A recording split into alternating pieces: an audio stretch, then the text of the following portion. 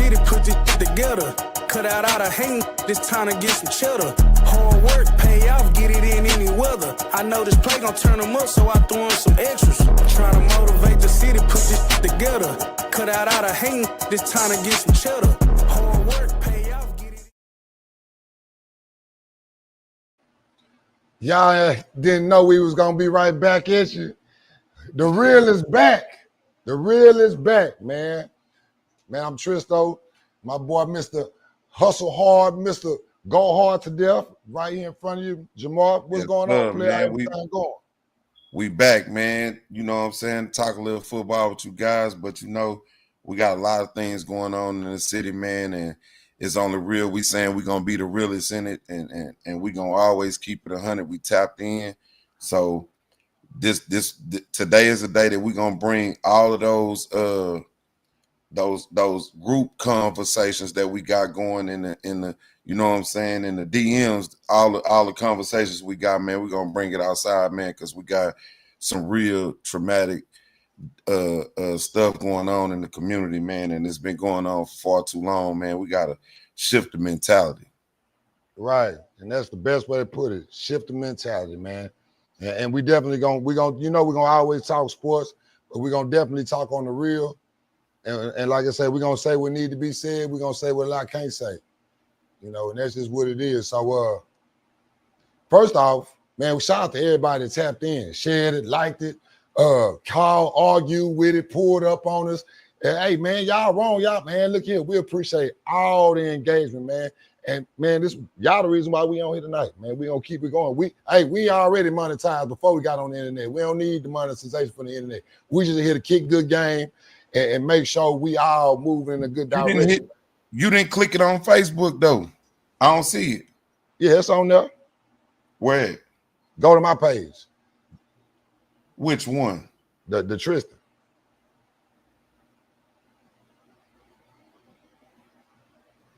And while we populating, shit, we gonna rock out, man. Okay, I got it now. We jamming Kiki. You know what I'm saying? Everybody get on here and share it. It's Thirsty Thursday.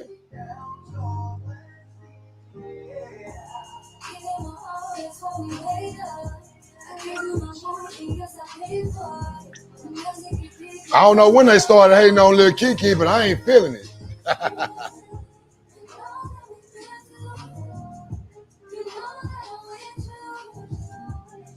Go on, tell a friend to come on in.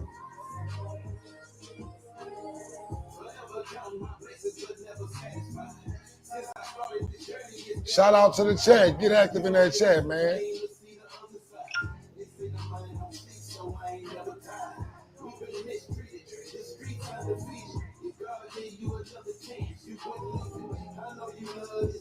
Man, it got to get real, man.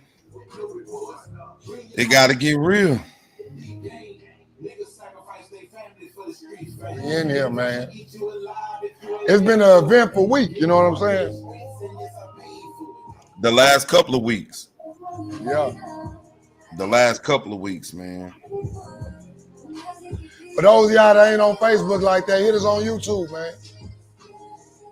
We there too. The last couple of weeks.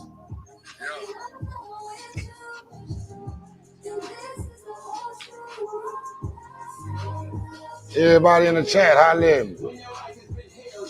I see that boy Brian in there.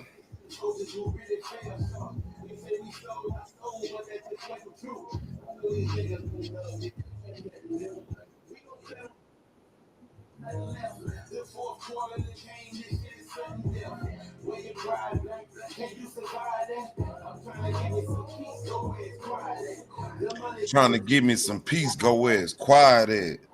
Man, come on, man. Talk to him, Key. That's what we need to be jamming today, man. You know what I'm saying? Yeah. Key on there what we on, man. From the neighborhood and made it out, man. You know what I'm saying? Against all odds. Good game, man. Good game. Good game Thursday. Today we giving out good game, man. Free of charge, man. Yeah. Yeah, man. Ready to jump up in there, man. Once again, man, share to a friend and y'all come on in. So we gonna dive right up in there, man. So this week we had some unfortunate events happen, man. Just to speak on a couple, man. So what you know about this situation right here? Man, so the kid, he goes to that school that's down in Algiers, Edna Car. If you ever see that team that comes out from Louisiana, they got a show that's on Hulu. And that coach, he do an amazing job with them kids down there. They come from some violent situations or whatever, but he was they won a state championship down there. He a dog. So he was going to Ole Miss, and he was, I guess, up in Memphis or something. Somebody came through. Basically, sounds like a drive-by. Somebody was shooting. I don't know the legality of it or something, but basically it's like somebody was doing a mass shooting, man. And that's just one of the main issues that's going on right now, man. Just the gun violence, man, the unnecessariness and the foolishness, man. Like we at a point right now, man. And I'll say this because I've been given a platform to speak to kids and mentor the kids, and the whole time I've had a platform dealing with high school kids, man. You know, I give my high school, I give them their pregame speeches sometimes, and throughout the week I kind of pump them up and talk to them, or I make different posts and stuff. And man, I'm even guilty of some of the propaganda and stuff that they pushing, and you know what I'm saying, the things they try to propagate amongst us. And it's the drill culture. You know what I'm saying? Like even in some of our big games, I'll put for our kids, I might have, you know, King Von on there, and man, and just thinking about this and some of the stuff that we hearing that's coming out of these situations, man, is our lead is entertainment. You know what I'm saying? Entertainment and reality. And this stuff is not reality, bro. Like they not understanding. Like, you know what I'm saying? I'm gonna tell y'all a story of why I'm a person that can speak on this. Cause I've been kind of pissed off a little bit about, you know, just seeing it out, you know, it come across our timeline, you know, this is where we at. So it's coming across that, you know, people feel like the parents should be blamed, or you know, different things, and you like, man, that's foolishness. And I can tell you from experience, you know what I'm saying? I was a Division I football player, grew up in Hitchcock, you know what I'm saying? One of the top passers in the state, ranked in the state, wound up going to Division I. I went to the University of Louisiana Lafayette out of Hitchcock. Man, a lot of hard work, a lot of sacrifices, man. Like I grew up with my grandmother, you know what I'm saying? After, you know what I'm saying, my dad died, my mom got shot when I was in the 7th grade in Port Arthur. So like, you know what I mean? It was just like I come from that, you know what I'm saying? I come from that struggle, you know what I mean? So it's just going through life, man, and I felt like my ticket out was to play ball, you know what I mean? Say, be able to save my family with my talent that God blessed me with. So long story short, I stayed on a narrow path my whole, you know, throughout high school, man. Like I got into some trouble in Port Arthur at one time during Christmas, and it was like I was locked in with Coach Terrebonne, that he was trying to make a way for me. Like I had a coach that was like a father figure to me, you know what I'm saying, called Terrebonne, and you'll hear me speak about him a lot. He's retired now, and Coach Terrebonne, you know, saw me through and seen me as a young kid. I was behind Chubby Lloyd Jones, who wound up signing to go to LSU. So he told me when I was young, he was like, "Hey man, you can throw the ball, man. Like you have a real strong arm, man." He's like, "Man, you can go play Division I football." And man, I worked, and it was gonna be the way that I was gonna get my family out. So a lot of things, like I said, that I've been hearing is like, it's a lot of different variables that go in this, man. And then when you're even talking about a life being lost, but I put myself in a situation like that with a bad decision, like a very bad decision. Like I said, I go through all this, my people sacrifice all kind of stuff for me to be able to make it. I get up out of Hitchcock, I go to school in Lafayette. So as I get down there, I get involved in the lifestyle that these kids are involved in now. the major difference is that lifestyle that and I'm not promoting this or anything, but that lifestyle that we were in, we came from a culture. I got the hat on right now. I come from that culture, so I understand it. And the thing was also the drugs that we were using were real. You get what I'm saying? So like now we're even in a time where the drugs are not even real. And I'm saying all that to enclose this so you can have understanding what I'm saying. You have these kids that are raised by strong people. You know what I mean? Like my grandmother was a strong black woman. My grandpa ran for mayor in the city of Hitchcock before. Like, you know what I'm saying? Like my family was a prominent family. Like even coming from Bay City and all of that, like Sweeney and all that, like my family's prominent people. Like, so I was never raised to be a hooligan, a hoodlum, or anything like that. And I was also given, you know, I was one of the best dressed kids at school. Like every day, you still see me. Anybody, all y'all know, I'm gonna stay fresh all the time. Like my grandmother did that for me, and the people that were around me in Port Arthur, the doughboys. Like, so we had OGs. So I had the big drug dealers from my neighborhood that went fed and everything. I wasn't allowed to sell dope. You know what I'm saying? They bought me polos. They bought me Jordans. They bought me, you know what I'm saying? They bought me these things so I didn't have to play. I mean, so I didn't have to be in the street doing the stuff that my other friends was doing. So like I said, they shipped me off to Hitchcock. Like I couldn't even stand Port Arthur no more because it had got bad down there. And all of this snowballs, right? All of this snowballs. And then I get to college. So now I'm sipping syrup and popping pills and doing all the stuff that a lot of these kids are doing now. And people don't understand the consequences of these things. Like, you know what I mean? I had worked my ass off, you know what I'm saying, my whole life to get to this point to flush it down the toilet. You know what I mean? So to get there, get to school, now I have a drug addiction because it was a drug addiction. I was a drug addict. You know what I mean? I had a monkey on my back. So undiagnosed drug addict. For sure, 100%. Dauphin, like to the point, and I couldn't hear nobody. I wouldn't listen to nobody. And I'm gonna tell you when I listen too. Make sure you stop me and pause me and bring me back to when did I listen. So I'll never forget my grandmother telling me I would come home. This is connection times. So I'm going to connections. I'm popping handlebars, smoking weed. You're still in school at this time, right? I'm in college. Yeah. I'm in college. You know what I'm saying? In high school, I didn't even drink soda. You know what I mean? So yeah. I go from being a straight square and you know what I mean, to get down there to school. Because I escaped all of the foolishness. My family, you know what I mean? I didn't do it on my own, my family. I escaped it all. They moved me from Port Arthur to Hitchcock so I could stay out of trouble. So like I said, then my mom got shot. So it was like, you know, that was gonna be emotional something as a young kid. I wasn't gonna be able to handle nothing like that. So how old were you when your mother got shot? 13.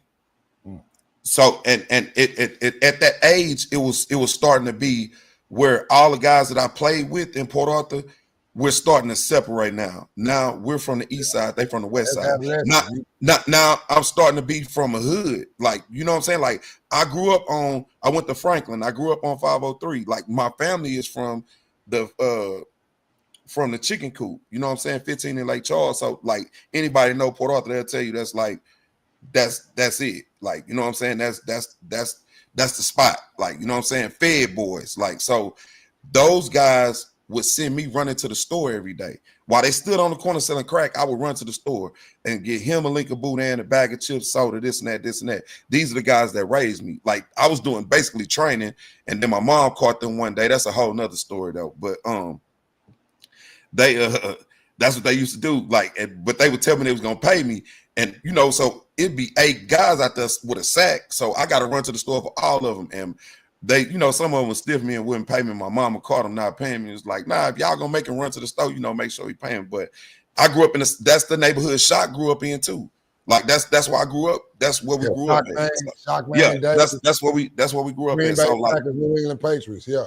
Yeah. So as I get, like I say, I'm in Hitchcock now. You know, I escaped a lot from, like, Port Arthur was like it was gun violence then. Like, you know, but back then a death would happen like once every 2 or 3 years, like we would lose somebody. It's not like now. It's like these kids are seeing death and funeral, death and funeral, death and funeral. So like back then, it was man. I remember when Fred got shot, and it was like that was one of the reasons why I couldn't move back to Port Arthur. It was like, man, East and West had started going. I was at the age where, man, I'm going this way, they going that way, and it started being that or whatever. But it's like I said, I moved to Hitchcock for a better life. My grandmother did what she could.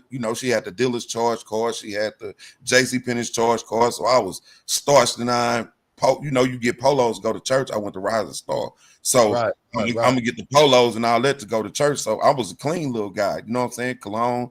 She kept me looking nice. And like I said, I had people that was, doing what they do, and boosters in your family naturally when you're dealing with that type of stuff. So I was always looking nice, get to school, like I say.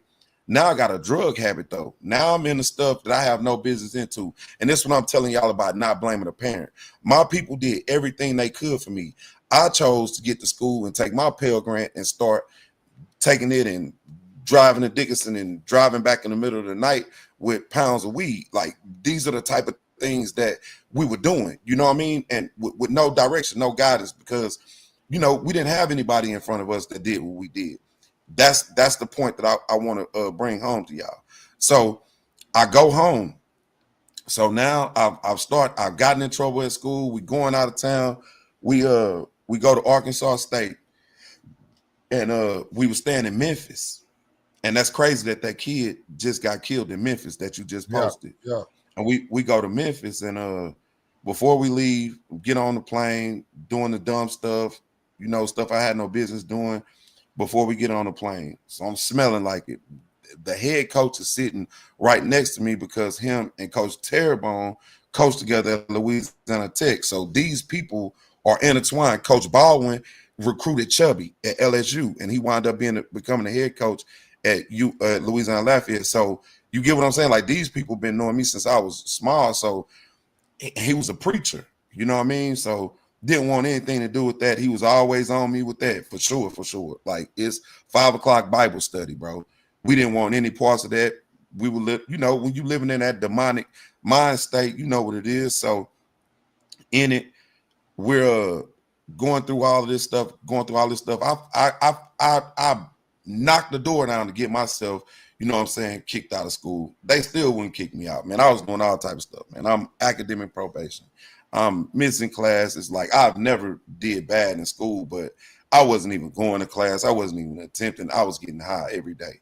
So as all this going on now, mind you, when we pull up for practice, I'm still 12 for 14, 11 for 12. Like it's crazy. Like I'm rarely having incompletions and all this type of stuff. Like, but I didn't understand that more mattered than just football. You know what I mean? Like that's all. I was like, man, I'm good. I didn't, nobody could tell me shit. So as all of this go on, I done found myself now, fast forward, this is my 3rd year in college. I should be playing, but I'm going through all type of foolishness, doing what I do. Well, we're out of town, and some of my homeboys, they had to snuck some stuff up on the plane. So they like, hey man, after they do curfew, man, we're gonna circle back, go out back. We stand in Memphis across from the FedEx site. So it was a big hotel. I forgot what hotel it was, but we right there. So that night, I'm getting in the bed, we go to the movies and all that. We in Memphis. So we go to the movies and all that, come back, they do bed checks. After they do bed checks, I hear come a bang on my door. Now I'm supposed to be going with my homeboys to go smoke or whatever, but I'm taking a boo-boo. So as they beating on the door, I'm like, damn, who beating on the door? I'm in the bathroom. So I really had forgot about it. I wasn't even, you know what I mean? You know how you just tell your homeboys, yeah, I'm coming. Like I really ain't on that. But so it's a coach. He come get me like, hey man, Coach Ball, I want to talk to you, Coach Bailey. So we walked down at our defensive tackle coach. I was real cool. Like a lot of these coaches just try to save me. A lot of coaches, man. And like rest in peace, Coach tatted me. Like, man, these were good people, bro. Good people, man. And Coach Tatamy wrote me while I was in prison. Coach So Tatamy, that used to coach in Texas High School. He was at Blinn Junior College. yep, that's man. Hey, good dude. You know what I Yeah, mean? he's So a solid dude. I'm down there. I'm He down told there, the and people, he say, man, he from Galveston, man. You gotta give him some time. You gotta get all that Galveston stuff up out of. and those coaches, all of them kind of coaches took a special liking to me. So I wind up, like I said, they called me in there.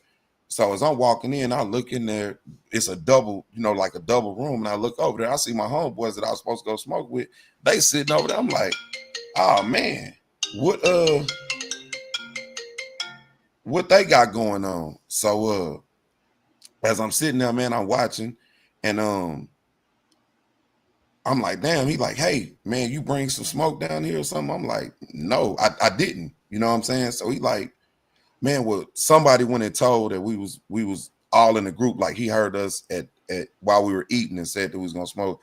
Dude, he went and told the coach that it was, it was a distraction for the team. Meanwhile, I had like like 8, 9 of my homeboys, my teammates, they in the room throwing the smoke detector in the pool. Like, you know what I'm saying? Like he told on us. I'm like, damn. So anyway, that's a whole nother story. But that is really not funny, but it's crazy as hell. But Yeah. as I'm saying, I'm where I'm at. All right. So he like, man, hey, you need to tell me what you got going on. I'm finna see you back on a bus home. And I ain't talking about back to Lafayette. You finna go back to Hitchcock, boy. So I'm like, man, coach, I smoked before I got on a plane, man. I ain't bring nothing with me though. So they sent me back. So I was suspended for the Arkansas State game. Mind you, I'm supposed to play in this game, and I'm probably more than likely gonna start in the last game of the season.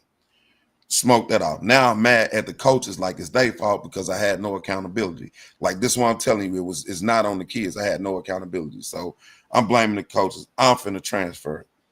I'm finna transfer really because I want to go to Southern because I can go down there and do what I want to do and run around and just be all the way Until you're in doing wrong. chaos. Yeah. You know what I'm saying? I got a better place I can go do wrong at. And then I got one of my homeboys from New Orleans, Elvis Joseph, that he got his key in my back. He won't go too. He wound up going to the league from Southern though. So anyway, now I wind up I'm getting ready to transfer. So you know how it goes. It's all going bad. I get caught cheating on the test. So the teacher give me an F. Boom. I failed.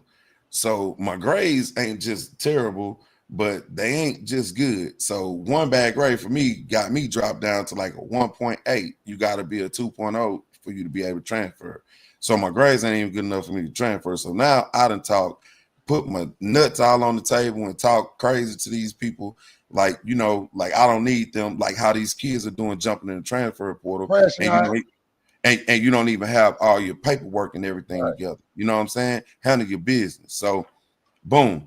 Long story short, I had a teacher. He wrote a book and he had made the New York Times bestseller list. He was my English teacher. I made a B in his class. I went to his class all the time. He had a real cool class, and there was a bunch of fine girls in that class. So I went to that class all the time. So I wound up making a B, and it was like an 88. He changed my grade to a 90.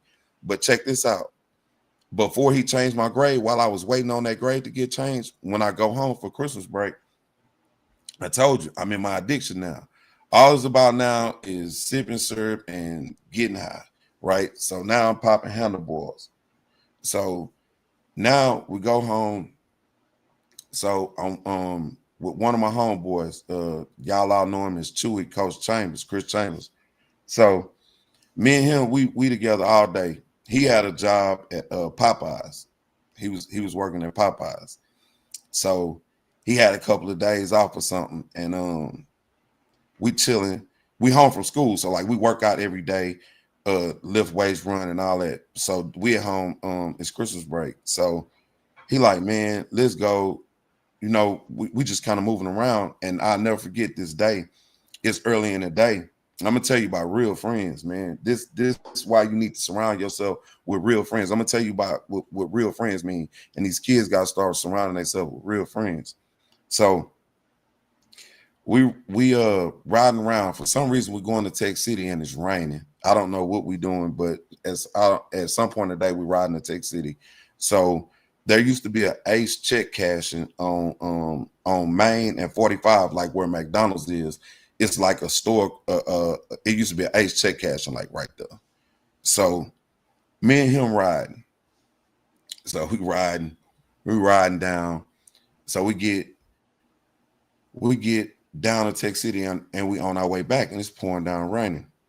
Me and my addiction, right? So I'm doping. So I say, hey, it's out here raining. The police ain't gonna be out here. This my logic, right? I said it's gonna be raining, so the police ain't gonna be out here. What I'm gonna do is I'm gonna run in this Ace check cashing. You park down the street. When I jump in the car, you know what I'm saying? You just take off.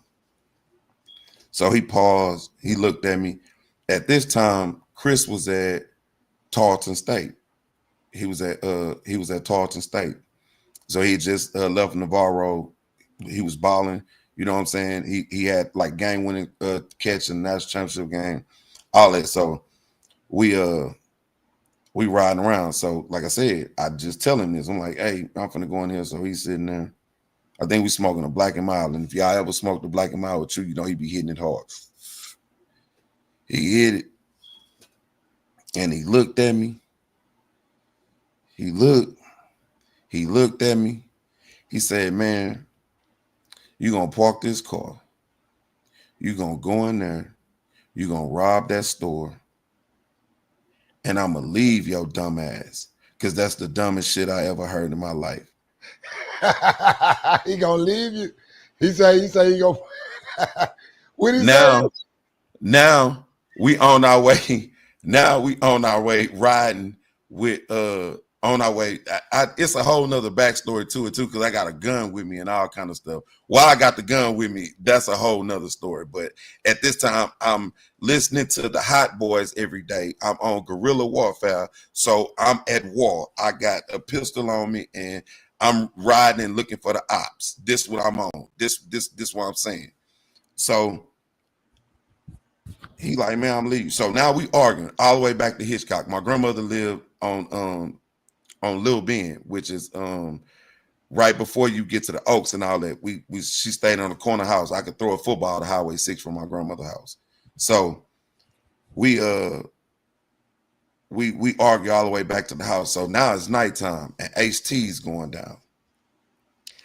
I'm a Division I football guy. Like, I'm not even really a H-T's kind of guy, right? And I'm broke. I probably got like $12 in my pocket. So I'm gonna tell you something about being broke with a gun, right? It's a bad combination. Recipe for disaster. And broke people don't think straight. So now, mind you, my grandmother just told me probably like 3 days before this, I come in the house and I'm pretty loaded. And I just sat up and I looked and I turned around and she was sitting up. She was standing over me in the dark, right? Because I'm trying to be quiet. You know how you try to move around, be quiet, but you know what I'm saying? And she say, you need to stop what you're doing. She say, because when you go to jail, I'm not coming down there to get you, right? This is what she telling me. I'm like, man, you tripping, right? Because what am I, Tristan? I'm a AB student in high school. I'm still in college. I'm on scholarship. You know what I'm saying? Nobody don't know that I'm out here doing all the wrong stuff with all the right stuff. You know what I mean? So I'm sitting there. Now, fast forward to this day. He's like, man, let's go to HT's. So we leaving my grandmother's house. Him and my other homeboy, you know what I'm saying? They didn't talk me into going, I don't want to go, but I got the car. You know what I'm saying? My grandmother bought me a 94 Buick Regal. You know what I'm saying? Like, You spoiled. You get what I'm saying? The sacrifice, right? So I'm down there and my little hustling went bad because I was coming home with my Pell Grant, getting smoke and taking it back down there, and man, just doing a whole lot, bro. breaking every code it was to be known to be broke. You know what I'm saying? My uncle and my cousin both went fed, so my OGs was gone. You get what I'm saying? And this is why OGs is so important. So as I'm sitting there, we go out. We at HT's. These two, they having fun. They having a ball, right? I'm broke. I got about $11 in my pocket. Probably not even that, because I might have had to pay $5 to get in. You know what I'm saying? I'm drinking the water. You feel me? So we leaving out. And so before we left the house, me and Chew almost had a fight. Chris Chambers, we almost had a fight because he was like, we walk into the car and he was like, hold on. He's like, man, you got that gun? So I'm like, yeah. He like, hey, if you got that gun, I'm not even going nowhere with you, bro. So now we're about to have another fight because I'm telling him he's soft. He don't never really want no trouble. He like, man, you call me what you want. I'm telling you, I ain't going nowhere with you with that gun. That's exactly what he's saying. So now I had to take the gun, put it up in the house, right? He mad. You know what I'm saying? So when I put the gun up, he like, man, I don't know what you on, but you trying to do something stupid. So boom, we wind up going. You can't plan it for it. Yeah, this is my homeboy though. Like, you get what I'm saying? My real homeboy. Listen to what I'm telling you. That's my real homeboy. You like, man, what the hell what's wrong with you? Right? Boom. We go out. So it's a whole lot going on. You know, it's going on. What's going on? It's Galveston and Texas City. You know how it's going on. This the 90s. You know what's going on. So, man, I'm out there. So my people tell me, hey, can you go grab my thing for me? I don't have mine with me because Chew made me leave mine. Chew over there, all you see is teeth. He talking to some girl. He happy. I don't want to talk to no girls. I'm broke. I don't want to talk to nobody, right? I'm shamed because I'm a dope fiend. So I go get it from him. Now I got it on me. So now I'm on a whole nother mission. I got somebody else in the car with me that I can get to drive on this mission, but I still got Chew in the car. So we go to the Waffle House because that's where everybody supposed to be going. But it's been raining all day. You know what I'm saying? So as it's been raining all day, we wind up going there. Ain't nobody really at the Waffle House. I switch seats. I jump in the back. So Chew like, man, take me home. Man, take me home. Boom. We go down. I run up in this spot. The people lock the door on me. I jump back in the car. We speed off. Right? So now the first mission, you should abort mission, but hey, it's me. You know, I'm going all the way with anything. Stupidity and all. So you went to the first store, and while you was finna walk in, before you walked in, they locked the door. Because it's late at night. It's 2:00 in the morning. It used to be a Shell station. Right now, it's like a coffee shop right there on the feeder of 45 when you come in, like you going back on to Emmett F. Lowry. There used to be a Shell across from where like the Whataburger and stuff is. Yeah. It used to be a Shell, but it was like a Shell where they could work on cars and stuff. So, you know what I'm saying? So it ain't nothing open. I'm really on some dumb stuff. I'm trying to go do some other stuff, like just a lot of craziness. So we driving off. So Chew like, man, take me home. Take him on another mission. This time I go in, I rob the store. We take off, we leaving. As we make 1 block away from the store, the police is there, right? So now we're in a high-speed chase. Boom. So throw the pistol out the car. Boom. We get took down there to the police station. The dude identified me as the person. The dude that was in the store, he identified me. I'm going to tell you how crazy I was. I had a University of Southwestern Louisiana strength and conditioning shirt on. Oh, man. I flipped it inside out, bro. I'm telling you. Hey, I can't make this up, bro. Stu head. I'm telling you. Man, listen, bro. I'm telling you, Stu head, right? So, boom, we go in. Now we're in high-speed chase. They got us out there laying down in the mud. And I'm just looking at Chew. And I'm like, man. So now that, you know, they got us in there. So the black dude, he was a policeman in Texas City. He like, yeah, you played football. Your ass ain't gonna be playing no more football now. So I'm like, yeah, reality setting in. And when I get in there, I'm looking at my shirt and I'm like, man, I'm dead anyway. Like I say, the dude identified me. So the next morning I wake up, the detective want to talk to you, you know what I'm saying? So, you know, I'm sitting there all night, I don't sleep. So, man, I walk by Chew cell, he in there, and I go in there and I'm like, man, I did it. You know what I'm saying? Ain't got nothing to do with it, man. But, you know, with me saying that I did it, my driver wound up being part of the case too. But I told him that Chew was sleeping. He ain't had nothing to do with it. I took my lick. You know what I'm saying? That's the only thing I could do, like this man telling me to take him home. So from that, but check this out. I could play football. I could throw a football, you know what I'm saying? Pretty far. So I get a scholarship to Midwestern State after this, even during all this madness that I got going on. Oh, this pending trial, right? Yeah. So I bond out. Granny come down there, bond me out. Got to do all kind of stuff, put the house up. You know how it go. You know what I'm saying? Take out all kind of savings and money and this and that. And my grandmother had about 15 rental properties. Anybody from Hitchcock could tell you this. Like, she owned buildings, the Honey Hush, all that kind of stuff, man. Between me and my daddy going to jail, we ran through all that money. You know what I mean? So it's one of the things in life that I'm most, that's why I was embarrassed about it so much and I didn't talk about it. You know what I mean? So like, then I leave. So I go up to Wichita Falls. So it was a coach up there by the name Coach Lott.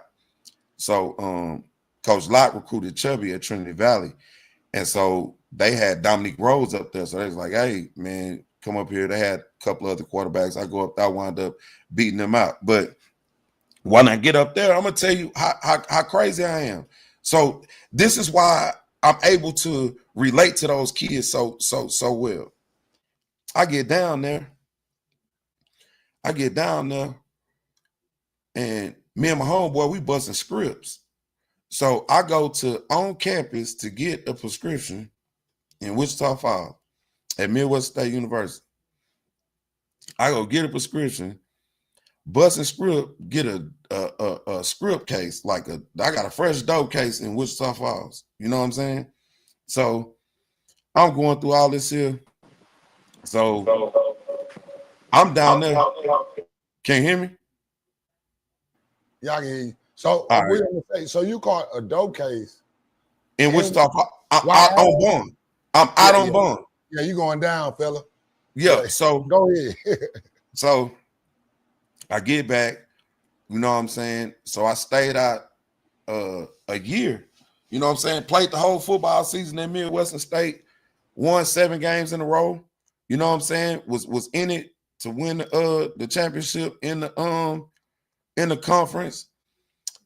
Used to being on charter planes in Louisiana, get to D2, I'm riding on buses. You know me, still in my addiction. I'm pop a whole bunch of pills, trick the whole championship game off against Northeast. Boy, my whole we had the #1 defense in the country in Division II. Man, they was gonna beat my ass, boy. You hear me? My brothers. You know what I'm saying? I'm full of them pills. Hold on, I can't hear you. My bad. So you full of the pills before the game? On the bus ride there. You doping all the way. I need to sleep on the way up there. So I'm leaning the whole way there. We get there.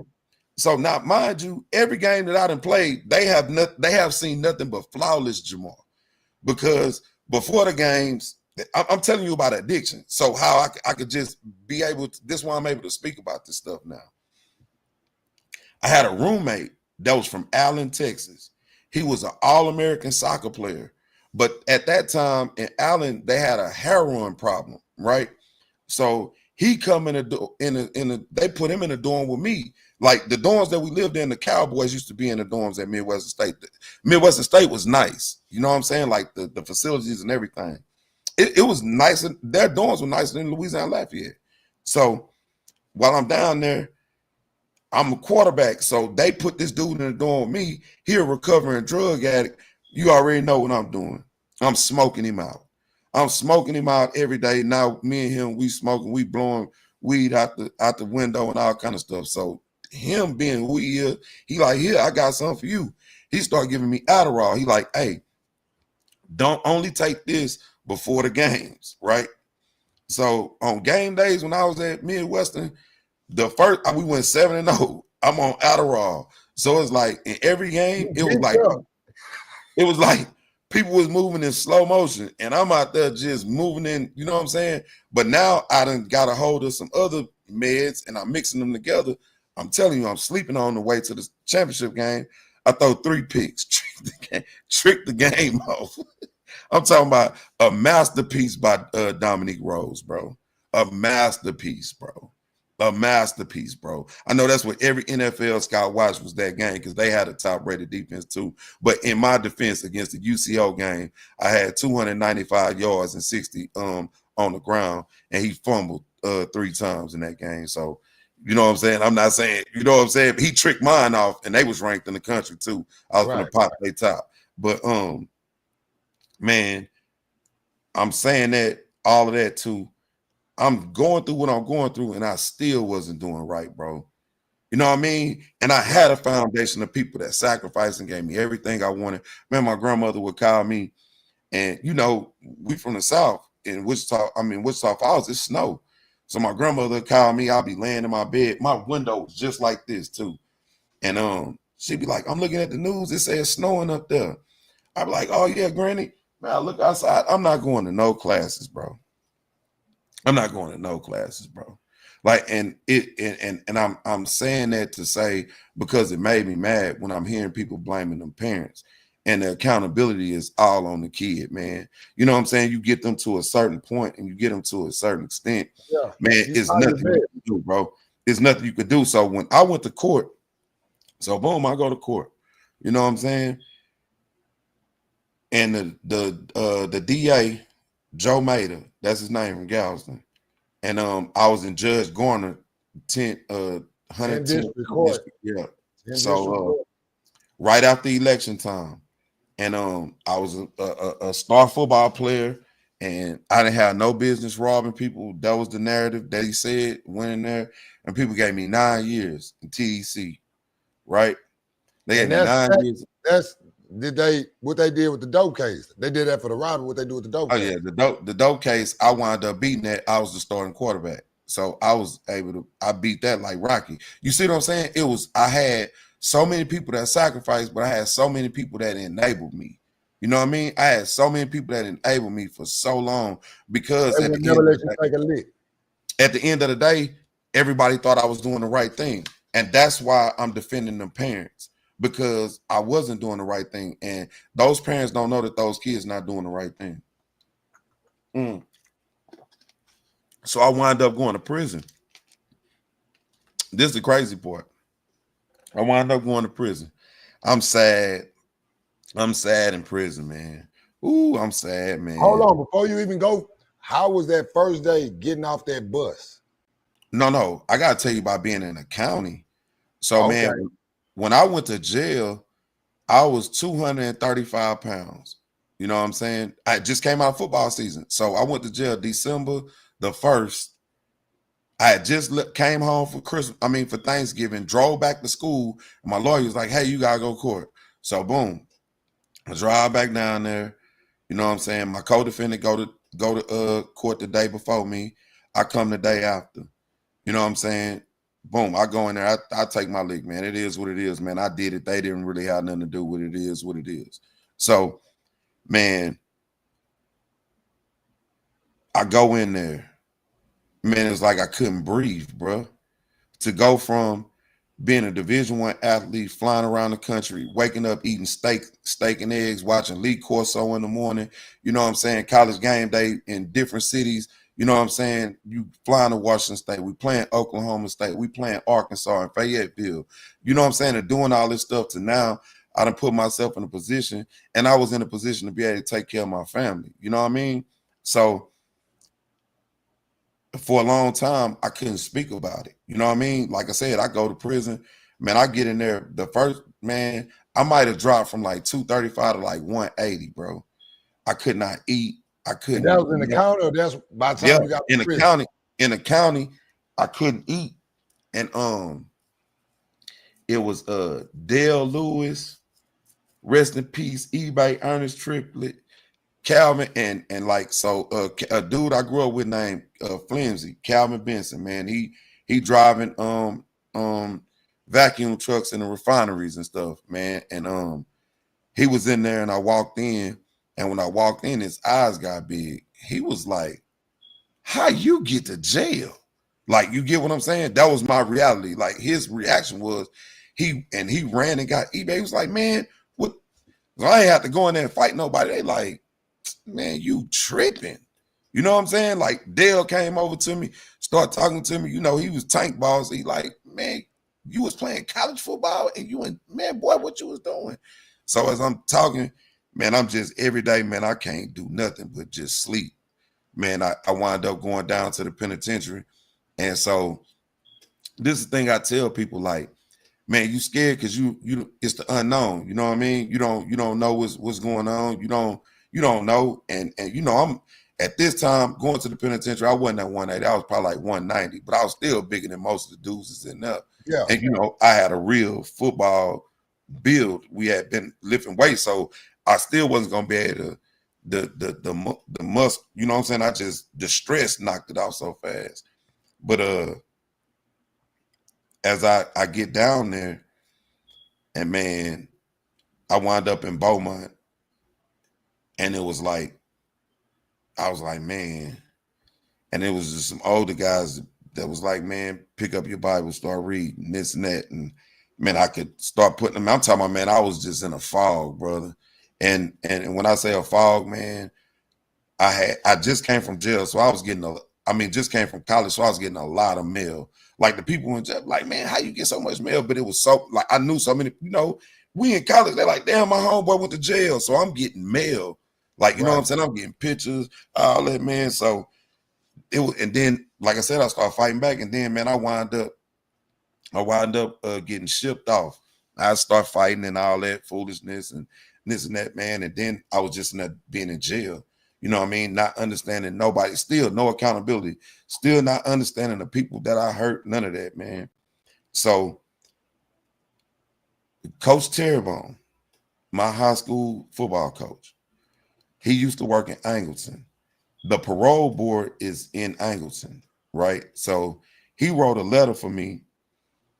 He wrote a letter for me and got me a hardship to where I could come from. I was way up in Colorado City, Texas. I was up there for like 2.5 years. Whole bunch of fighting, whole bunch of foolishness. You know what I'm saying? I was staying out the way for the most part because you could fight and get away with it and all that type of stuff. Like I said, I'm no accountability. Well, when I got close to home, I was in Sugar Land. I was on the Central Unit. It's a museum now. So I was over there, and my grandmother was able to start coming to see me. You know what I'm saying? And my grandmother, that was this strong lady that took care of me when my, you know what I'm saying, my mom was on drugs, my dad died. Like, this lady took care of me, right? Now she was in a wheelchair. You know what I'm saying? Life had life, and I wasn't there. You get what I'm saying? And that's the things that I want these kids to understand. Life will life, and you might not be there. Now, by the grace of God, I'll never forget, one day she came to see me. I was getting ready to go home. So I had been locked up like 4.5 years, right? And she was like, baby, I'm getting old. You know what I'm saying? Because it was a dude at the table that had told the girl that was coming to see me, which wound up being Bella Mama. And he was like, man, he just knocked the dude out in the day room and this and this and that. Like, you know what I'm saying? I'm down there being stupid down there. You know what I'm saying? So as I'm as I go through this, like I said, my grandmother come and she told me, she was like, baby, I'm getting old.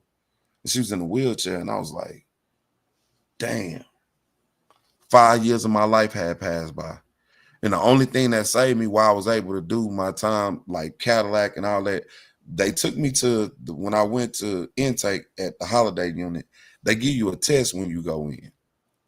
Now, I just literally left from college a couple of weeks ago. So as I'm taking this test, I have nothing else to do. So I'm just reading it. You know what I'm saying? I didn't miss any of the test questions. So I was a GED teacher's aide. I was a math tutor while I was in prison. You know what I'm saying? So that was able to escape me through, and it saved me because I had 30 days before I went home, and I punched one of my homeboys in the eye and swelled his eye up and got sent back to my unit. You know what I'm saying? Like, no accountability, bro. You understand what I'm saying? And one of the realest cats I met from Galveston to this day, love this brother, Byron James. That's one of the realest dudes I ever met in my life, bro. You know what I'm saying? And meeting that dude, and he used to be like, he not really that much older than me, but he used to be like, man, you just a knucklehead. You know what I'm saying? And man, we would talk about, you know, getting your life together and what to like, because he didn't know. I'm like, man, you can get a job in a refinery. I knew this back then. And I just, like I said, I still had coaches writing me and this and that. And man, when I came home, I got back to it, man, started working or whatever.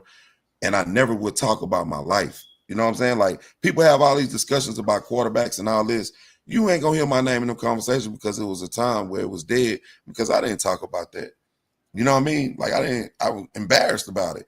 But I embraced Islam, and I had some brothers that told me, they was like, hey, man, you need to start telling kids your story. And like I said, and then Coach Terrebonne, Coach Smith, and all them different coaches, they like, man, you need to come talk to these kids. So we at a point right now, we need to talk to them more than ever. And what I mean by that is, man, they could be so gone. And that's what I'm telling you about this music.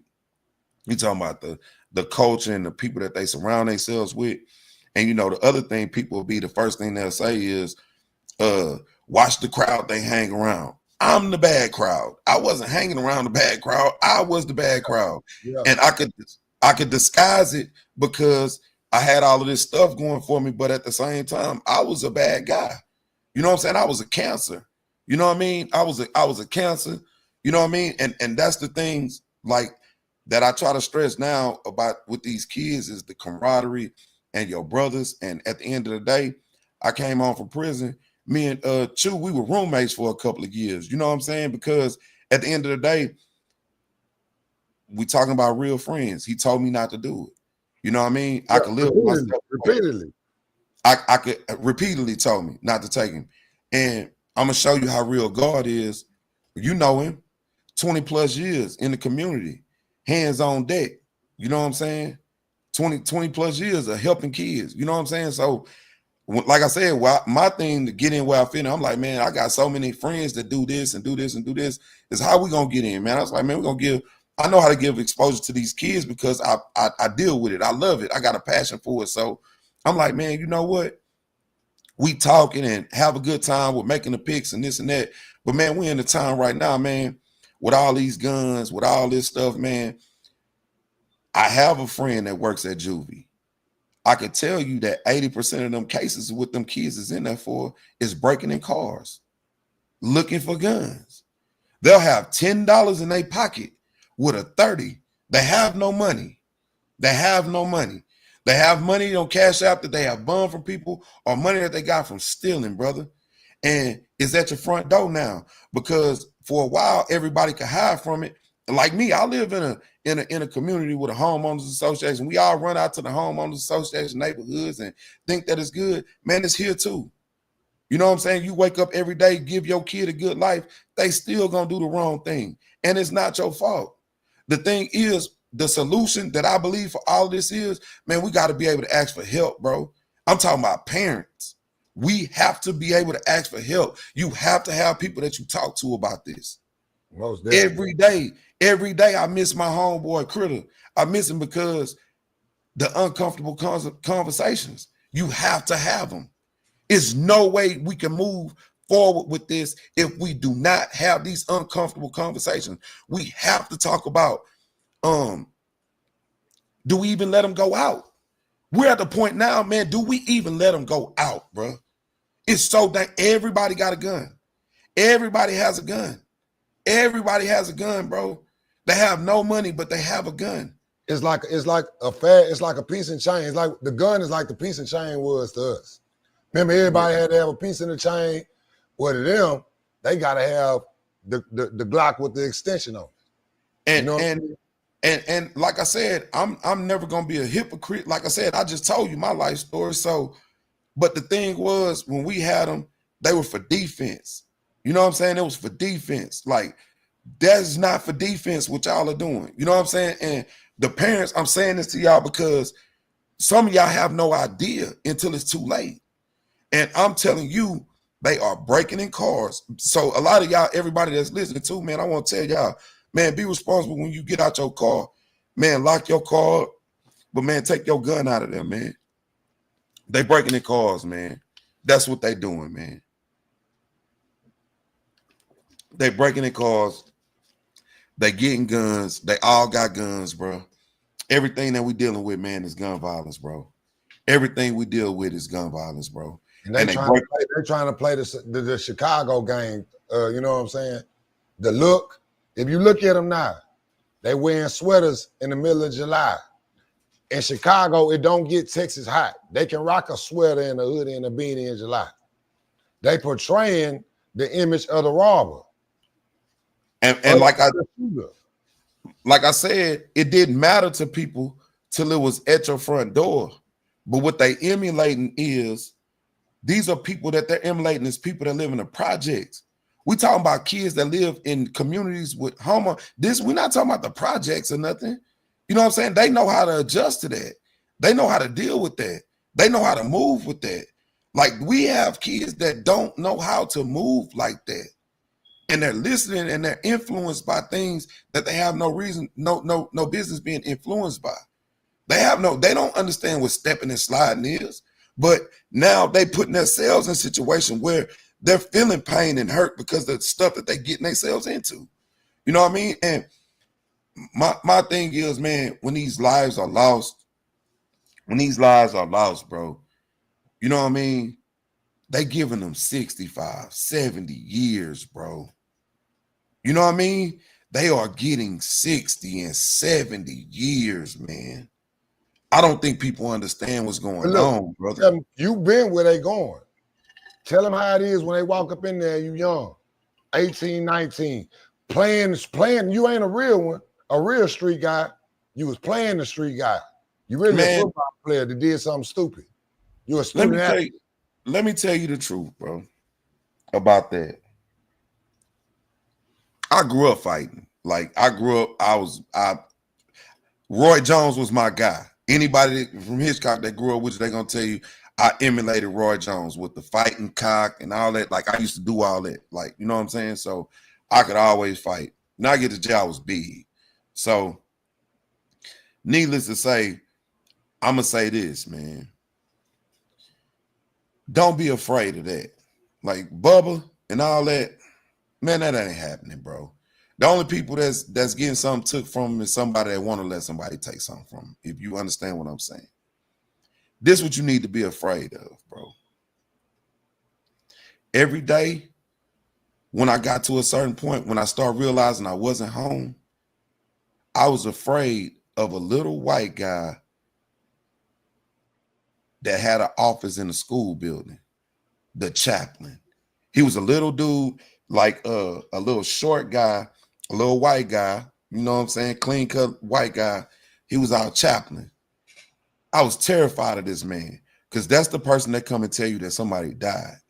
Yeah. You understand what I'm saying? So remind you that you're missing life.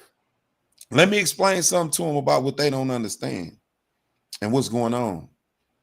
This the real. We're going to talk about the real. You go down that road, right?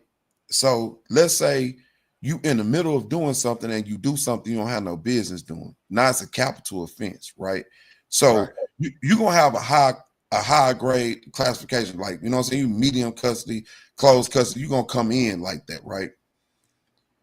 The state of Texas got budget cuts, bro. They short on staff. You got to have so many staff to be able to take you to a funeral. I want to tell you, if something happened to grandma, if something happened to your mama, something happened to your daddy, all the people that raised you, man, you might not make it to see them, brother. I'm talking about for them, even for your family to be able to pay for you to be able to go, man, you may not see them again. My grandmother had a car accident. That's why she couldn't walk no more. She got hit in Dickinson and driving, didn't have no business driving. You know, she was old. And the chaplain came to see me. And man, I was scared every day of the chaplain, bro. Like when the chaplain walked by, man, everybody, your eyes go, you ain't scared of Bubba. We fight. It is what it is. You know, we don't get it on. There's a whole bunch of people from Galveston down there. There's a whole bunch of people from Port Arthur down there. I'll be all right.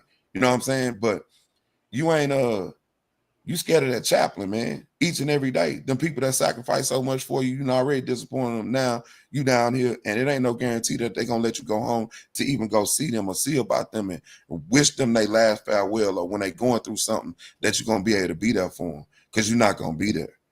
So like whenever people say, because they had the Scared Straight program and this and that, and man, them kids would come through there and you scream on the bars, and man, them kids be back in 2 weeks with a number. Yeah, straight shit ain't work. If you really bad, then a motherfucker. It was an educational thing. Okay, so this what it is. I think I can probably make it up in here. Nah, you know man, I mean? it's so like you at the point now. You at the point now, man, with what's going on. Like I say, man, we listening to Doc every day, man. Amy, man, salute to Doc, man. What he doing? Keep doing it, man. It's gonna take a village, bro. And people gonna have to be able to reach out and ask for help. And what I say, I don't have all the answers, brother. You know what I'm saying? But like I say, I can share my story, tell my story, and I have empathy because I know what it is to make a stupid decision. And you think that you live in this way, and you really have no reason to be thinking that you're slicking in a can of oil. You think you're seeing everything better than everybody else. You're not. Yeah. You're not. You know what I'm saying? And you know, couldn't nobody tell me nothing. And that's the main thing with all these kids now. Can't nobody tell them nothing. So, you know. Well, the biggest problem with that is people talking at them and not to them. And then on the other hand, you got grown men worshiping kids. You know, this is what we falling off. We don't have the elder part of it no more. You know, you got grown men, these kids doing this, down the third. Yeah, they doing things that we have never would have dreamed of getting all this money fresh out of high school like these kids is now. These opportunities, these visits, you know, they getting media now in high school, some in junior high.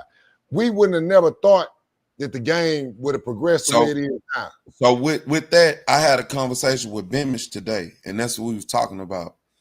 So with what you talking about with the exposure, the being all over this and being all over that, and the money that comes with it, man, these parents are jealous, brother.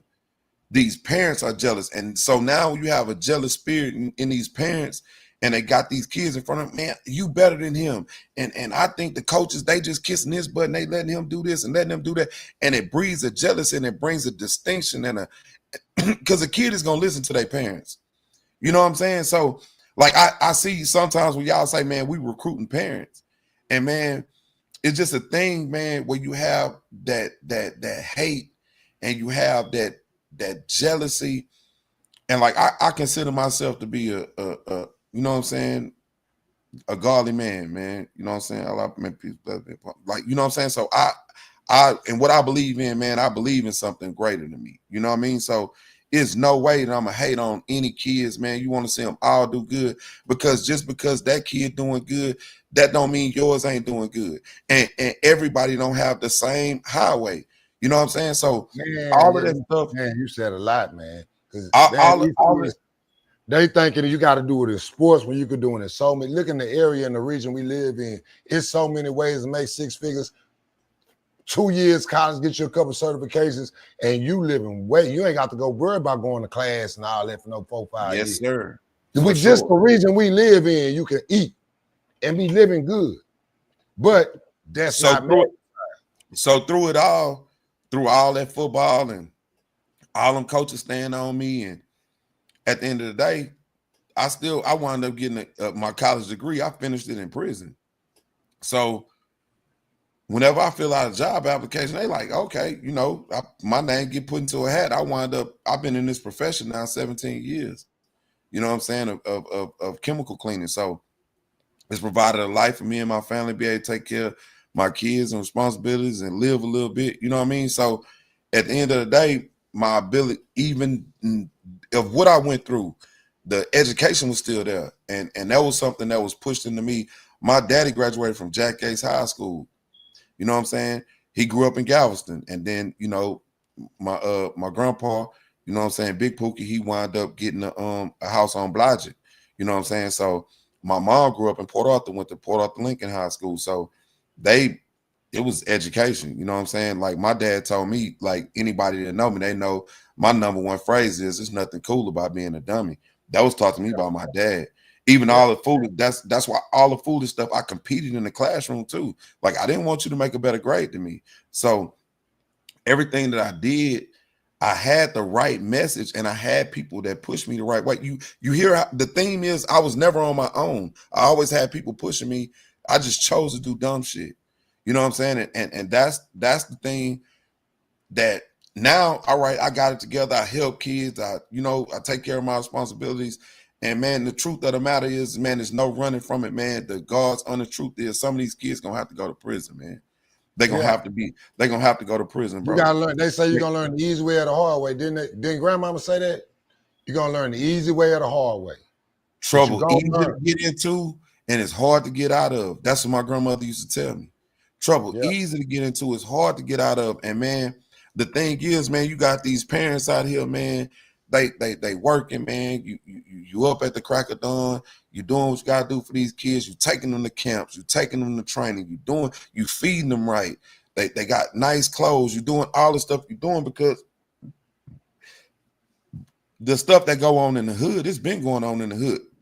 Like I say, you adjust, but people got better jobs now, man. These girls going to school, becoming nurses and teachers and this and that, and man, taking care of these kids. And oh, the next generation doing, they taking advantage of their opportunities. It's just this other half that's treacherous and it's destroying. It's taking futures away before they even get started. Bright futures, and not just on athletics. You said the word, that's the main word, and that's treacherous, bro. So like, you from where you from, and man, your homeboy wasn't gonna come and rob you, and like, you know what I'm saying? Like they're doing it to friends, bro. Like, you know, you understand what I'm saying? Like they doing it to friends, man. And it's like at some point, man, we gonna have to come together, bro, and figure something out. Like, because it's like I said, man, everybody got to stop and ask for help, bro. Nobody got the answers to this. Like, we're not sitting here telling y'all we got the answer to this. We telling y'all that we all need to come together and come up with a solution and figure it out. On the east side, they having something Monday. Man, we'll repost it, man. They one of those the pastors over there, they having a community like man, stop the violence, man. Like, man, because at this point, man, we live in Galveston County, man. You know what I mean? Like, well, I lived in Galveston County, but man, we go to a lot of funerals, bro. We becoming desensitized to it, and it's starting to feel like it's normal. Man, you know, we was growing up, man, like I said, man, one kid something may happen every 2 or 3 years, and then some of that would be like you might get hit by a car, or you know what I'm saying, somebody died from something, and like, man, we distraught, somebody drowned or something. Like, man, we talk about people getting shot, bro. Yeah, like a lot. You know what I'm saying? Accidental deaths, man, people getting killed, and like, man, it's a lot, bro. It's a lot, man. And I'm even at this point, bro. I never ever thought that I would say this, man. Man, we damn near gotta start telling them kids to walk away, bro. Yeah. Like, man, when you get into something, man, it's not even worth it, bro. This coming from me, I never ever thought in life, but now when you have kids, you want to protect them, and you don't want them, you know what I'm saying? You don't want them to pay for the sins that we committed, man. You like, hey, man, walk away, man. Like, man, I'm at the point now, like, not with Jameer at 7, he got to get it, but like my older ones, man, walk away, man. Yeah. Walk away, man. We live to fight another day, man. I know y'all tough, man. I tell my boys, I told my son, man, he going to the 10th grade, man, walk away, man. You had enough fights. You grew up in G County. You play Hitchcock Red Raider football, man. You tough enough for me, brother. The crazy thing about it, though, we didn't have to learn that mentality. So we was in our 20s, early to mid 20s, when they were like, hey, man, you know, these grown men, shit, nah, you ain't finna be putting your hand. When man say leave him alone, he ain't trying to fight. Leave him alone. You got kids now. I got a story, right? Bastille. You know Bastille. Me and Bastille growing up, we getting into it. I'm not gonna say no names. I'm just gonna say me and Bastille, we getting into it behind a girl, right? So the girl that lied to me, right? And I grew up with Bice because I used to be on Bell Drive at my kinfolk John Yancey house. I used to be at Lincoln Gym during the summers playing basketball. I grew up with Bice. You know what I'm saying? I've been knowing Bice. And my stepmama lived on Nightingale. I grew up knowing Bice. You know what I'm saying? So this girl, she lied on us, both of us, really. Get us into a wreck. You know how it go. Lamarck girls, you know how it go. You know what I'm saying? So he at the Town and Country was spanking them. So my homeboy's like, what she said, he said that, because this, I want y'all to know the type, this how stuff start, right? I got my homeboys from Hitchcock with me, and I don't know, I like bit her on her cheek or something. You know how we used to put marks on girls on their necks and stuff like that, like, or whatever. And she went to school with it. And so probably was showing it off and trying to make him mad or something type. You feel me? Like as you get older, you kind of know what went on. You know what I'm saying? And so yeah, Bastille said, yeah, you letting them all dirty Hitchcock suck on your neck and this and his neck. And she tell me this in front of my partners, right? Now, I would have laughed, right? You know what I'm saying? But I got my partners with me, so now I got to be tough. So, yeah, you got to be tough. Because you know the next sentence is, man, you got to fight him. They know what the next sentence was, yeah, you going to fight him. Yeah, like, mind you, I'm a little fighter anyway. I'm fighting all the time anyway. So he come to Town and Country, right? So he always be at the TAC. You know what I'm saying? And my grandmother lived, I walked to the TAC. I lived literally across the street. Like I could walk, maybe it's like 4 blocks. So I go up there, all the slabs out there. You know, this the time when boys is swangers and Monster pulling out and all them, you know what I'm saying, Gary Lane and Mo, Crunchy, Monday, all them, you know what I'm saying? It's going down, you know what I'm saying? So when we go up there, we young, we ain't even supposed to be there. We in high school. We not, and look, I graduated at 17. I know I ain't supposed to be there. I probably was about 16. So they go Bastille. So I walk, man, you said, well, he like, man, what you talking about? Boom, I still off on it. We jumping, right? Over the years, we would see each other mean mug, you know what I'm saying? Him and bruh was tight. And man, Bastille texts me every other couple of days now. You get what I'm saying? And listen to what I'm saying. We live to fight another day now. You get what I'm saying? We jumped this man, for real. You know what I'm saying? That's why Mouton used to be like, man, Hitchcock, like it come from that, because he was wanting to do something too. He act like he did. I think he was just in the back woofing. But the whole thing is, we look at it and it's not like that for them, bro. They're too embarrassed about this and this and that. Yeah. They're gonna shoot, bro. You get what I'm saying? So we can't live in what we did. That be the thing. That's our biggest problem right now. That is like, oh, it was like this. No, we was fighting, bro. And every now and then, one person may have a gun, unless they were from Cedar Terrace. And then if it was 20 of them, 7 of them had guns. Yeah. But everybody didn't, you know what I'm saying? Everybody didn't have guns, bro. It used to be after the fight, they'd be like, man, why you pulled out a gun? Nah, we were punching, man. Don't do that. But now it's where the gun. Walk away, bro. Like right now, we in a time, man, walk away, bro. Or we gonna have to organize like they doing in Third Ward with Cal Wayne them, shooting them down there in Port Arthur. Man, they making them boys put them gloves on. Like it has to be something that is done. Something has to be done. They doing it in Chicago right now, and it's working.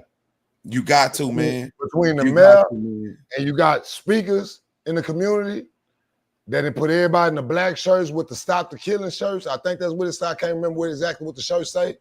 They walking around all the neighborhoods. Everybody tell you not to walk around, and they squashing beefs. The thing about the youngsters is this, man. Man, you could talk to them. if you genuine, they will listen. And see, there's a big divide. That's where a big divide is too, because people automatically figure like, oh man, the young man, yeah, they bad, but man, they look at me. I got sense. You know what I'm saying? I But told you can't talk at them though. I told That's you where everybody mess up at talking at them. I told you, remind me about a part in that story about when I thought about what somebody told me. When I got to prison and I laid in my bed, at night I would lay there and I would think, and one of my OGs, Calvin Garner, I'll never forget. It was Juneteenth in Galveston.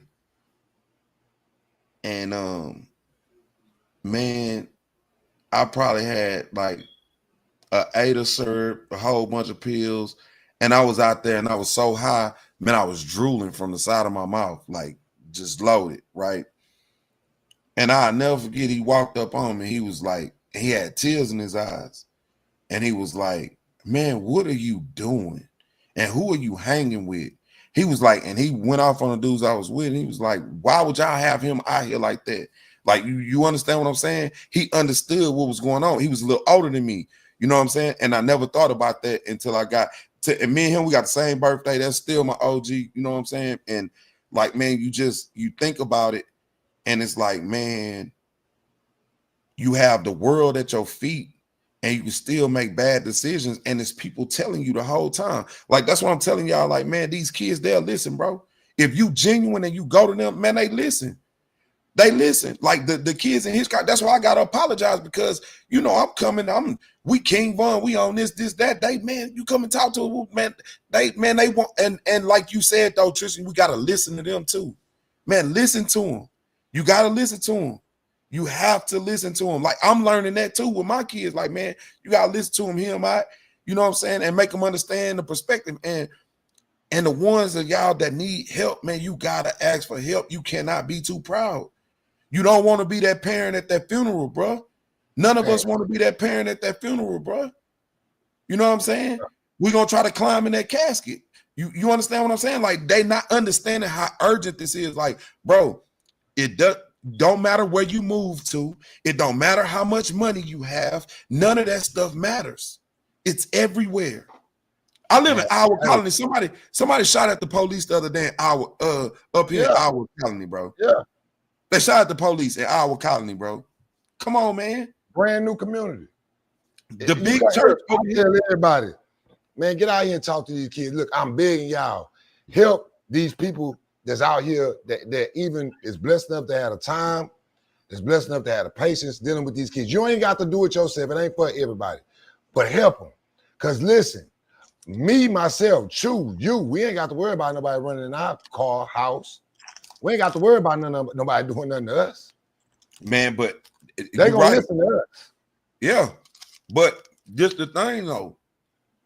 This the thing. Nobody can have too much pride to where you cannot. Like, so when that coach came and recruited your baby and he was 8 years old, you need to be able to call that same coach when your baby is 16 years old. Man, you need to be able to call that same coach when he's 17 years old. You know what I'm saying? This is not a game. This is not a game. And if and you're supposed to be his coach for life. When we start letting kids go after they age out, that's not the law I was brought up under. I'm fortunate enough to have 4 kids I coached. I started coaching, they was babies. They grown men now raising kids, taking care of business with jobs, and come back and coach and give back. It tripped me out because they like, man, coach, how you do this? Go to work all day, and then you come out here to practice for another 2 hours. Like, yeah, that's what this is. That's what this is. And I'm proud every single day I see them boys out there. I'm proud because I'm like, dang, man, it finally came back around. Tonight's paying it forward. Now we can eventually go sit back and coach them, coach the youth. Man, now we can be the old heads. And the thing is, man, I got gray hairs, right? Man, them kids don't want to hear nothing about what I used to do. So we got to find the young ones, man. We got to get behind the Jalen Benefields, the Rodricks. We got to get behind these kids and that it's so many more. You know what I'm saying? Money There's a and lot. D. We gotta, you know what I'm saying? Like I talk to Money and D, like, man, you gotta be able to reach out to them kids, man, and know that you give your wisdom to them, because the wisdom that you give to them, the youngsters are gonna listen to them. They're not gonna listen to us. You know what I'm saying? They're not gonna listen to us because we just old folks preaching. And You they know ain't what I gonna mean? bring us everything. They're gonna bring a younger person more. They're gonna give us a filter version. Because Yep. at the end of the day, they're gonna always be respectful to the situation. Yep. They're not telling, but the stuff when they do sit down, it's hard enough for them to talk. The younger generation lack communication skills.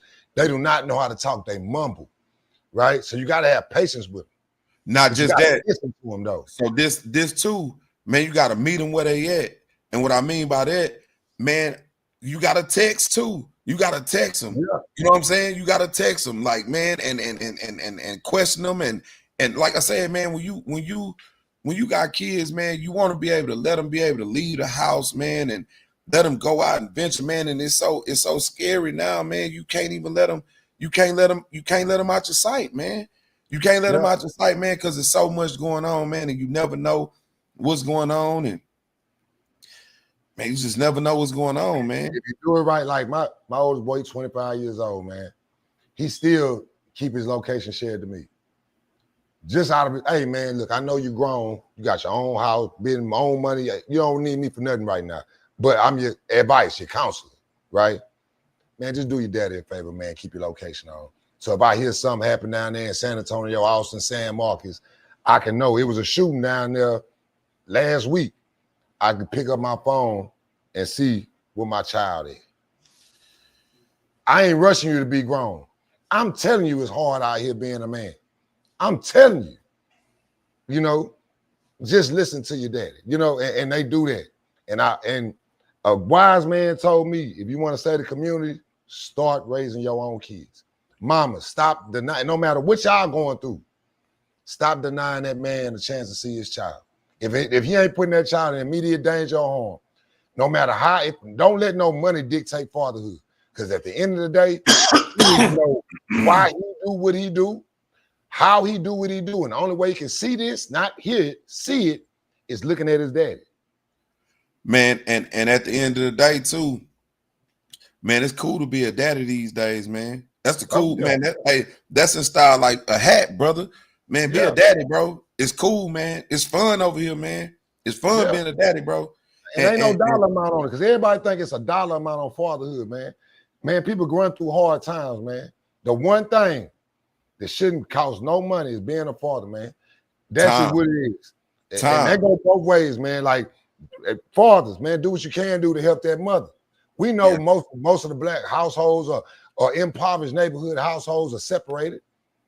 They don't have two parents in the home, but the kid can still have two parents. Yep. They got to be in the home. They got to get this game, man. The kids that got fathers, they are, I'm telling you, I ain't gonna just say fathers, they have a mother and a father.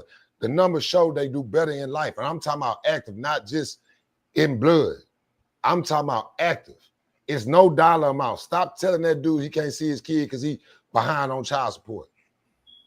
Man, let him, hey, look, this way ain't gonna cost you nothing, daddy.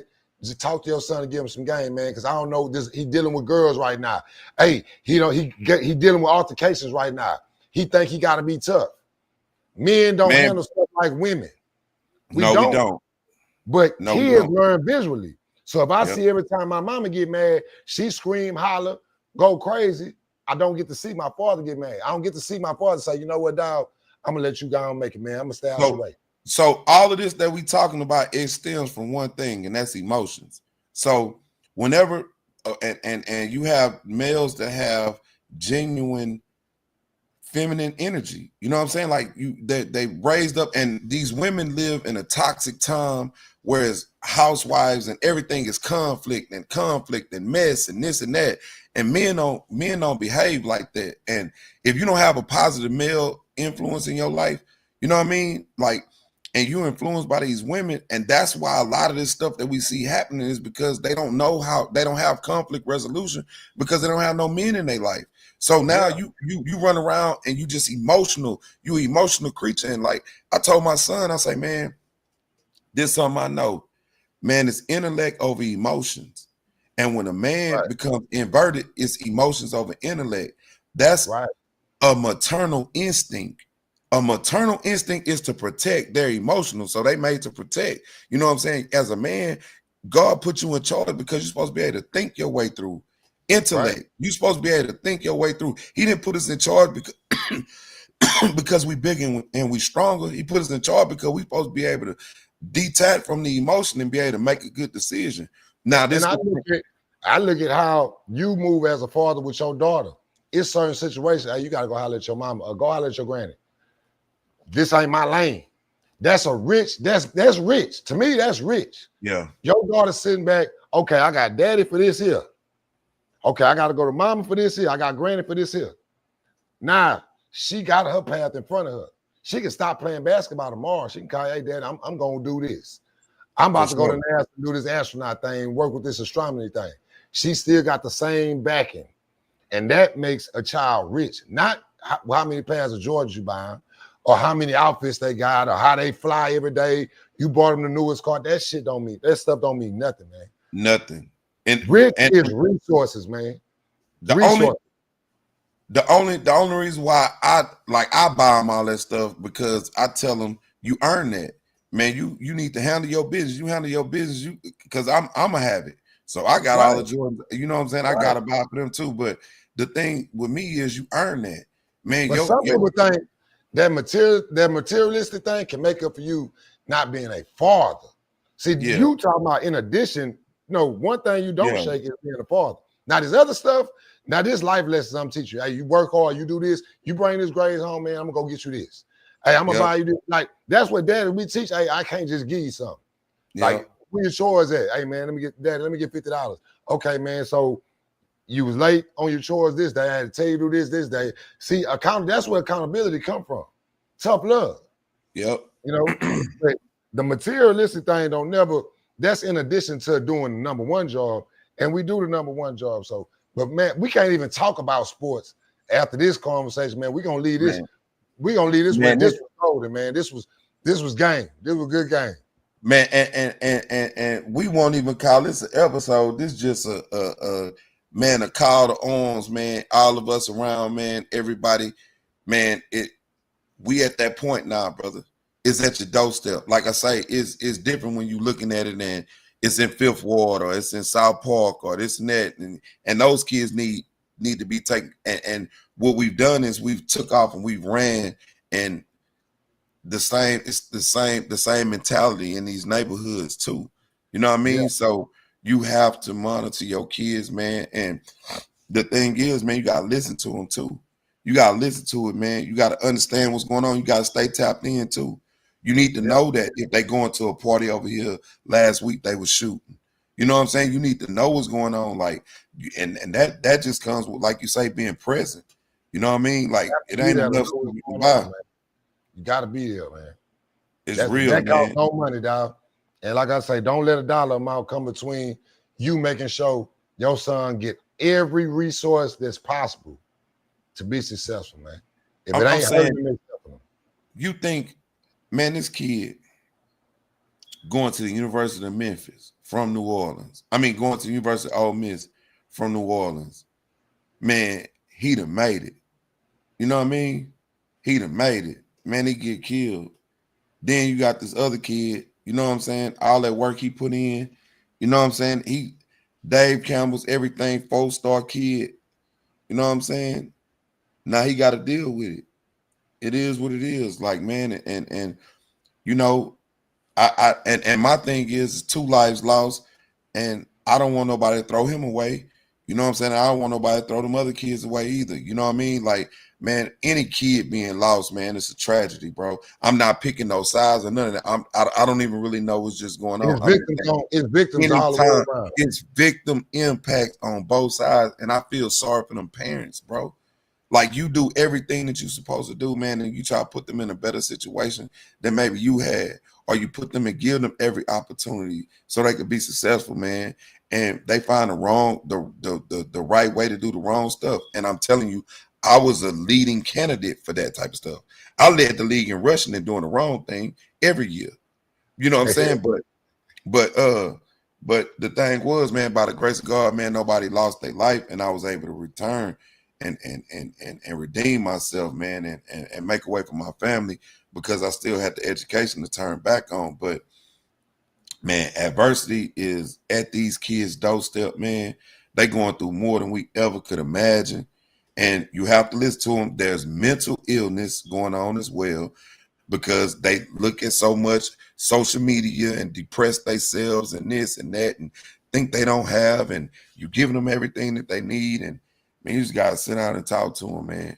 Make sure you sit down and talk to them. Don't assume anything, man. That's the only thing I can say, man. And I'm saying that for myself too, man. I'm learning to listen. I'm learning to listen too, bro. Yeah, and that's what we mean, man. My boys, man. I don't even have no energy, man. But we got them lists, and we'll sharpen them up, and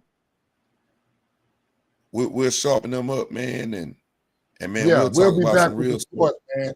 Yeah, we'll be back with the sport. But tonight, I can't. I don't even have the energy, bro. Yeah. And you know what's flashing through my head is how many kids done died in Galveston County in the last 5 years. Like, man, it's crazy, bro. I know. I know. I had to do one of the crazy, hardest things in my life twice in 1 year. Two of the hardest things in my life, and I'll never forget that. You know, that if anybody know me, if y'all ever wonder why I had a level of aggression I have for people that's out here playing and not doing it the right way, it's because of that, man. I lost a lot of kids, man, that died before they was old enough to drive. They died before they senior prom. You know what I mean? So forgive me if I come off a little rough, a little hard, but this ain't a game to me. It's not a game to us. This is reality versus entertainment, man. We talking about the reality, man. They shouldn't make caskets and grave sites for people that's children still. We didn't even get, man. So let's get to that entertainment versus reality. So when we was growing up, man, you had like Tupac and Biggie get killed, right? You're like, man, you know, these kids are emulating these people that they're emulating, and you don't live that life that they live. You don't live in the projects. You know what I'm saying? Like, we're making ourselves be that. You know what I'm saying? And we're mimicking stuff, and the music is good, man, because you can hear the pain. You can hear, like, the music is good, but the Vaughn, the NBA Youngboy, the Dirt, you know what I'm saying? You listen to this stuff and you just listen to this drill music, and man, that's why I'm so glad New Dallas is here. Man, I'm so glad them kids is here, man, just changing the message. And what I mean by it is Dirt fighting for his life. You know what I'm saying? King Vaughn is dead. Mo 3. You know what I'm saying? Mo 3. Yella Beezy fighting for his life. Fighting for his life, yeah. You know what I'm saying? Like, man, y'all not understanding, man, that time is real. They gonna give you a whole bunch of time, man. You ain't listening to Doc Amy. Listen to me, nephew. They gonna give you a bunch of time, man. They gonna give you some time you can't do. They gonna give you some time you can't do. What I mean by you can't do it, man, you ain't gonna be able to do it. Yeah. And some of y'all are weenies because y'all run and get guns. It is gonna be hard for you down there. You know what I'm saying? Like I said, I was a big dude fighting, so I never, you know, that is what it is. Then we smacking it. You know what I'm saying? That's what's gonna be going on with you. You know what I'm saying? So I tell you like this here, best thing to do is what do you say? Buck crashing out. I'ma get money. Man, let's go back to being successful. Let's celebrate success, man. You got any there to say before we get up out of here? Nah, man, that's it, man. Like I say, man, I think this was a real one, bro. Like, man, like I say, man, everybody stay on your 10 toes down, man. Each one reach one, teach one, man. Like I said, man, don't be afraid to reach out to them kids, man. They listen more than y'all think, bro. And they hear. And I'm gonna tell you something else too. I gotta say this. We starting to cross a lot of lines of respect. And what I mean by respect, I'm gonna speak on this. All of you that do what we do, right? you gotta be mindful of what you do too. You know what I mean? And what I mean by being mindful, you can't be a little league coach, right? And you sneaking in little Brandon in with little Brandon mama, and you sneaking with little Derek mama, and you sneak, and then them kids spend a night, and they're like, you know what I'm saying? And now you got them kids looking at you funny, and then that's where the respect comes in from. You know what I'm saying? And that's how you lose respect. You know what I'm saying? I'm not being no hypocrite. I'm not telling you to do what you do. I'm just saying, man, it's the way you do things. You know what I'm saying? And be respectful, man, so them kids can listen to you. You know what I'm saying? Make sure that your face clean, man. Make sure your face clean, man, and get some understanding out here. Also, man, you find yourself in trouble. I want to tell you this here. You find yourself in trouble, and you know you done did something. Don't go get no whole bunch of people in trouble. Take your lick. That's something else y'all need to learn too. Y'all want to do all this and this and that, and then when it comes time to take your lick, you want everybody to take, man, don't know. Nah, you take your lick. If me and you go do something, Tristan, and you let out, man, I'm riding down there with you. I'm cool. I'm asleep, because when we wake up in the morning, you gonna go in there and tell them people what you did. Yeah. You know what I'm saying? Ain't no need of me going down there with you. That's what you chose to do. You know what I'm saying? You was a man when you did what you did. Be a man when it's time to go in there with them people, bro. Don't blame no whole bunch of people. We got stats. We got that pat on that belt. Who did it? Yeah. Man, that was me, man. Yeah, take your Everybody league. take no ass whooping, man. Nah, take your league, bro. Ain't no need to take no whole bunch of people down, man. Yeah, it was me, Bishop. Yeah, it was me. Yeah. So take your league. Hey, we gonna tap back in, man. Thank y'all for everybody that watched today. Hey, share, like, man, do your And thing, subscribe. man. Going, man. Subscribe too, man. We gonna keep it pumping. We got sports next time, but we had to go to the trip. We got something special for them. The next time they see us when we pop out, it's gonna be what they really looking for. Yeah. So we gonna make it happen, man. So, man, hey, God bless, man. Y'all stay up, man. Mad hustle, stay on your grind. You feel what I'm saying?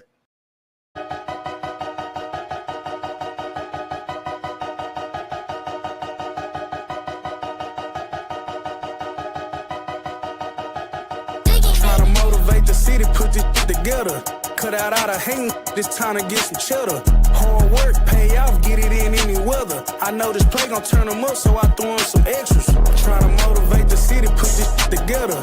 Cut out all the hating, this time to get some cheddar.